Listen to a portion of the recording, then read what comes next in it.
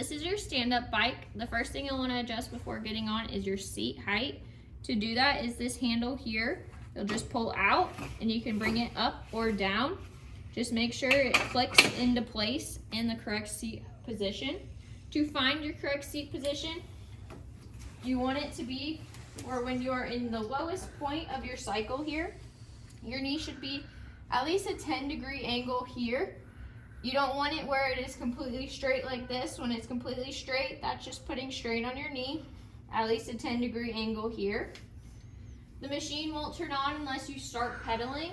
So when you start pedaling, it'll pop up and it'll say Star Track. From here, it'll ask you to select a program.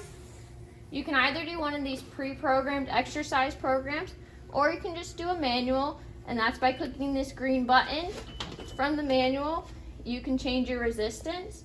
You can increase and decrease it with the plus or minus buttons here, or you can just use the pre-programmed numbers here to change your resistance. Here will show your power, and this will show your calories. These are your cycles per minute. Up here you have your fan, and then you also have Bluetooth.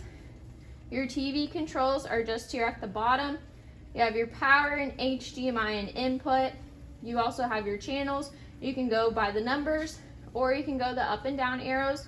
You also have your volume controls, that's plus or minus here, and you have your closed captions. If you bring in your own headphones, the headphone jack is here. If you don't feel like using those buttons, we have the remote here. To turn off the machine, you just stop cycling. It'll pause, and there's no off button. Just if you keep it paused for about 30 seconds, it'll just automatically turn off for you.